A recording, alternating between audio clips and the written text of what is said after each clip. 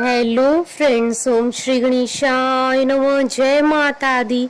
आप सभी का स्वागत है आपके अपने YouTube चैनल पर। आप सभी को नवरात्रि की हार्दिक शुभकामनाएं। फ्रेंड्स, आज हम आपको इस वीडियो में बताने जा रहे हैं साल 2023 में चैत्र नवरात्रि का प्रारंभ कब होगा, उसका समापन कब होगा और कलश स्थापना का शुभ मुहूर्त, पूजा विधि, पूजा सामग्री, महत्व के बारे में। और साथ ही हम आपको बताएंगे नवरात्रि के 9 दिनों में माँ दुर्गा को प्रसन्न करने के लिए क्या कार्य करें और नवरात्रि की अष्टमी और रामनवमी कब है।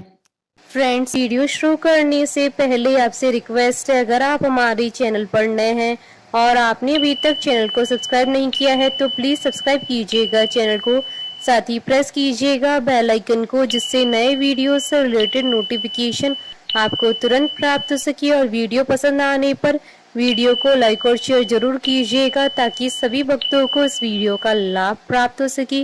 और कमेंट बॉक्स में जय माता दी जरूर लिखिएगा। या देवी सर्वभूतेषु मां शक्ति रूपेण संस्थिता नमस्तस्यै नमस्तस्यै नमस्तस्यै नमो नमः। हिंदू धर्म में नवरात्रि का त्यौहार बहुत ही खास होता है। नवरात्रि के त्यौहार पर लगातार 9 दिनों तक माँ दुर्गा की 9 रूपों की पूजा आराधना बड़े ही उत्साह के साथ की जाती है। साल में आने वाली चैत्र और शारदीय नवरात्रि मुख्य रूप से मनाए जाते हैं। चैत्र नवरात्रि प्रतिपदा तिथि से ही नया हिंदू वर्ष प्रारंभ होता है। इस बार चैत्र नवरात्रि का आरंभ 22 मार्च 2023 बुधवार से हो रहा है और जिसका समापन 30 मार्च 2023 को होगा।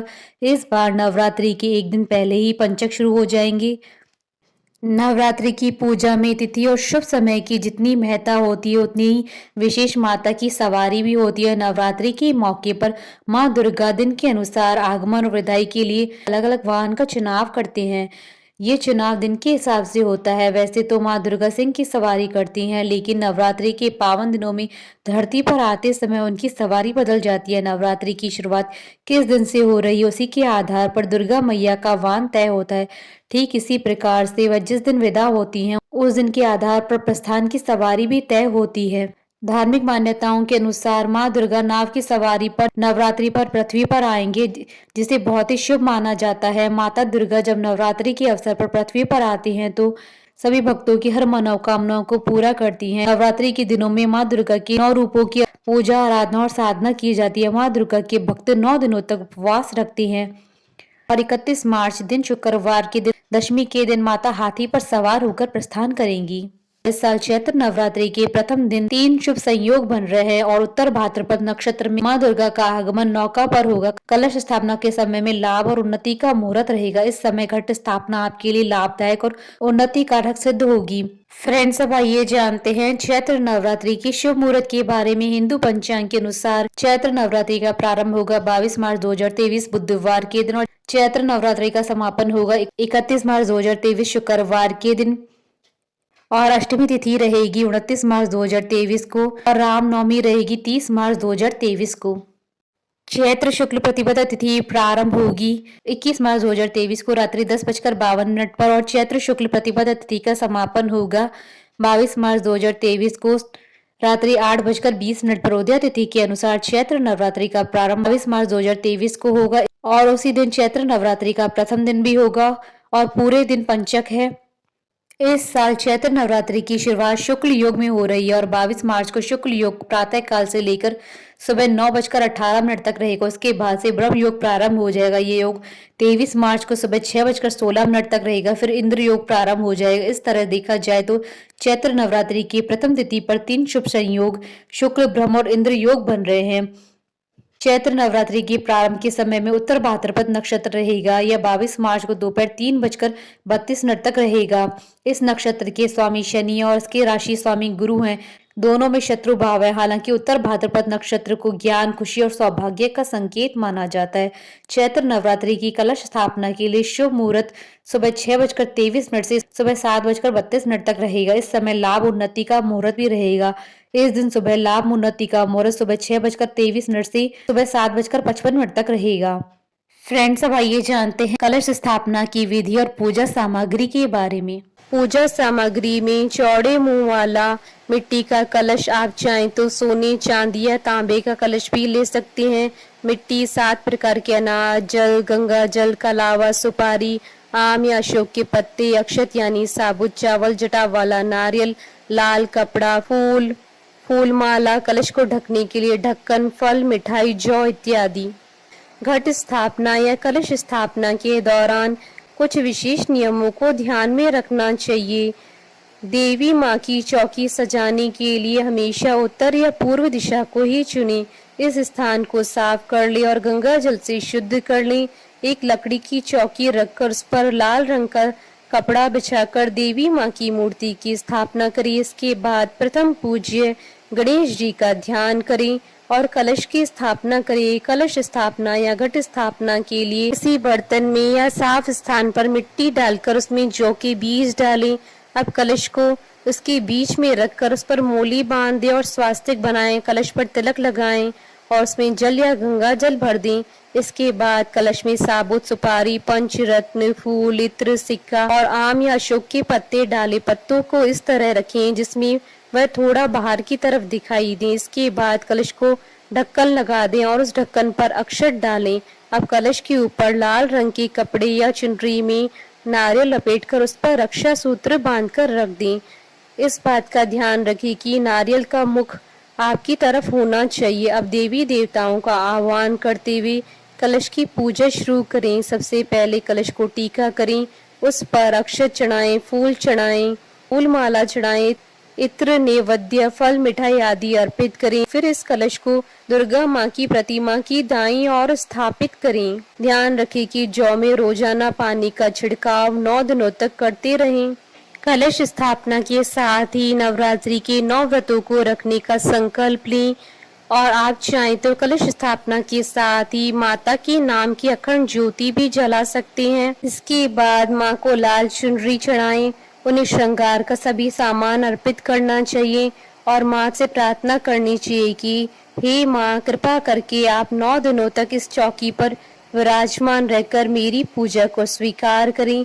इसके बाद माँ को फूलों की माला, फल, मिठाई, इत्र इत्यादि अर्पित करके विधिवत पूजा करनी चाहिए। फ्रेंड्स, अब आइए जानते हैं नवरात्रि में माता को प्रसन्न करने के लिए क्या विशेष कार्य करने चाहिए। नवरात्रि के पवित्र दिनों में 9 दिनों तक देवी माँ की उपासना की जाती है। इस दौरान 9 दिनों तक माँ को प्रसन्न करने के लिए भक्तजन व्रत व पूजा अनुष्ठान करते हैं। धार्मिक मान्यताओं के अनुसार नवरात्रि के 9 दिनों तक माँ के 9 स्वरूपों की पूजा अर्चना करने और व्रत रखने से घर में सुख शांति बनी रहती है। माँ भक्तों की सभी मनोकामनाएं पूरी करती हैं। नवरात्रि में पूजा उपासना के साथ ही नियम संयम का भी बहुत महत्व होता है। धार्मिक मान्यताओं के अनुसार नवरात्रि का व्रत रखने वालों के लिए कुछ नियम होते हैं जिनका पालन अवश्य करना चाहिए।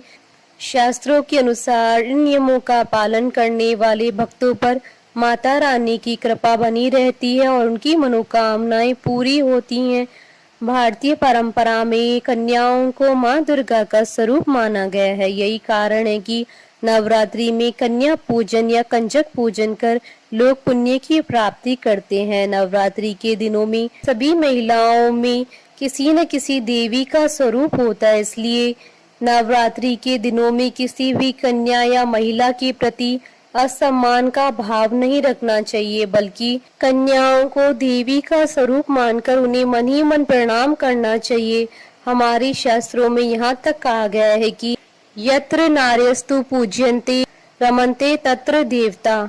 मान्यता है कि व्रत करने वालों को नवरात्रि के 9 दिनों तक अपना समय भौतिकता वाली बातों में न लगाकर धार्मिक ग्रंथों का अध्ययन करना चाहिए। इन दिनों में दुर्गा चालीसा या दुर्गा सप्तशती का पाठ कर सकते हैं। यदि आपने घर में कलश अर्थात घट की स्थापना की है या माता की चौकी या अखंड ज्योति जगा रखी है तो उसके पास किसी न किसी एक व्यक्ति का रहना जरूरी होता है। इस दौरान 9 दिनों तक घर में किसी भी एक व्यक्ति का रहना जरूरी होता है। साथ ही व्रत के दौरान दिन में सोना भी मना होता है। धार्मिक मान्यताओं के अनुसार नवरात्रि के पावन दिनों में सात्विकता का विशेष ध्यान रखना चाहिए। आहार, व्यवहार और विचार में आपकी सात्विकता होना जरूरी है। आप इन दिनों तामसिक प्रवृत्ति का भोजन जैसे नॉन वेज, प्याज, लहसुन और मदिरा आदि का सेवन नहीं करें। कम से कम नवरात्रि के 9 दिनों तक पूरी तरह से सात्विक आहार लेना चाहिए। नवरात्रि के दिनों में काम भावना पर नियंत्रण रखने को जरूरी बताया गया है। नवरात्रि के दौरान महिलाओं और पुरुषों दोनों को ब्रह्मचर्य का पालन करना चाहिए। नवरात्रि व्रत के दिनों में बहुत से लोग क्रोध पर काबू नहीं रख पाते और कलह का वातावरण पैदा करते हैं। ऐसे लोगों को कम से कम 9 दिनों तक व्रत के दौरान गुस्सा करने से बचना चाहिए। हो सके तो ज्यादा से ज्यादा मौन व्रत रखें या कम से कम बात करें।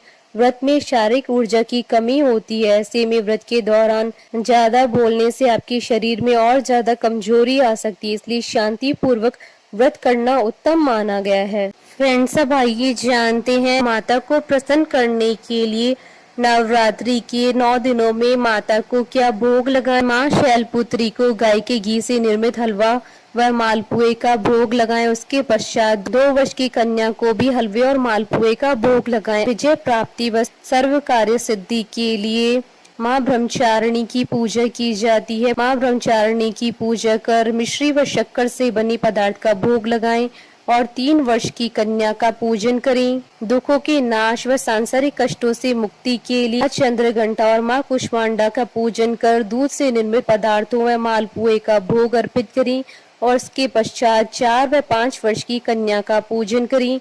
विद्यार्थियों को परीक्षा में सफलता व मनोकामना पूर्ति के लिए इस दिन माँ स्कंद माता का पूजन कर माखन का भोग लगाएं और 6 वर्ष की कन्या का पूजन करें।